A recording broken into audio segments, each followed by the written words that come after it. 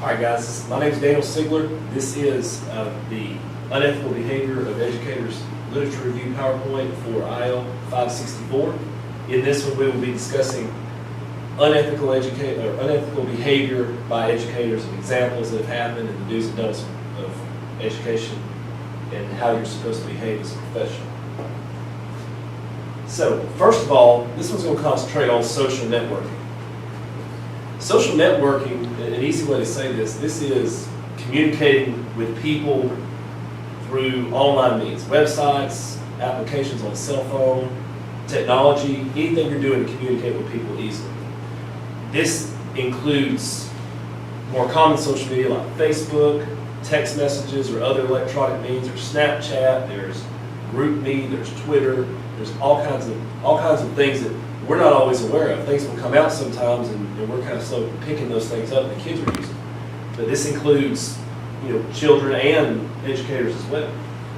What we're going to concentrate on this one is how have educators misused social media, text messaging, and Facebook specifically.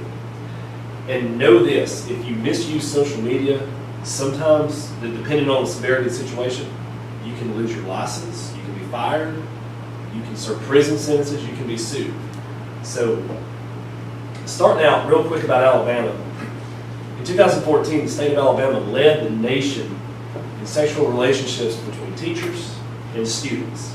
Now, we didn't have the highest number, but we had the highest percentage when you compared it, when you reduced it. So, population of Alabama is approximately 4.85 million. The cases divided into the ratio, it was one school employee per about 194,000 people, which led the nation.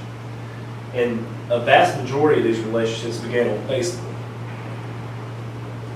I have several examples of misuse of Facebook by educators dealing with students.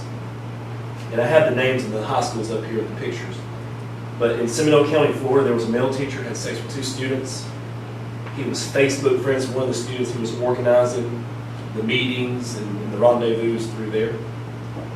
We have one close to home. We had a teacher here who used Facebook at Gas City High School, and he served a 10-year prison sentence for having sex with a student that was underage. In Florida, there was one high school teacher. She was using Facebook to solicit sex from her students. She was enticing them to come over with drugs, marijuana, and sex. There was a substitute teacher, and now that's Facebook. Text messaging, this is cell phone to cell phone. But there's bad examples on all of it, but we're going to go switch to text messaging now. In Pendleton, New York, there was a substitute teacher who was arrested and charged with endangering the welfare of a child. She sent text messages to a female student over several months. Now, keep in mind, a substitute teacher is not a real certified teacher, but they're still in charge of the students. They're still in charge of welfare, so substitute teachers have to follow these standards as well. This one's very recent. There was a teacher in DeKalb County, Georgia, who was using text messages with their students and allowing them to have sex in a closet in his classroom during class. There was an incident in Pittsburgh, Pennsylvania, where a teacher was sending text messages to an 11-year-old telling her that she wanted to run away with her, go on the run, and she had a deep love for her. She was basically wanting to separate her from her family and care for her and let her live with her. So, but there's lots of inappropriate behaviors between teachers misusing social media with students. I want to focus now on cheating on state tests. This has become a huge issue lately, especially with the pressure that the federal and the state governments are giving us on reaching certain test scores and certain standards. And just like social media, if you're caught cheating on a state test, you can lose your license, go to jail, you can be fined. There's a lot of problems that can arise from that. I have several examples up here. All of these include cheating on the state test in some manner. In St. Paul, Minnesota, there was the two high schools had to throw out all their tests because teachers were walking around and they were pointing at at the answers, and they were leading students to put certain answers down. In Nevada, there was one where the principal, assistant principal, and the associate superintendent of the districts lost their licenses, and they went to jail because they were erasing the answers after school and putting the correct answers down to make, show progress. And in New York, there was an elementary school teacher whose scores rose dramatically, and they looked into it and they saw that she was cheating.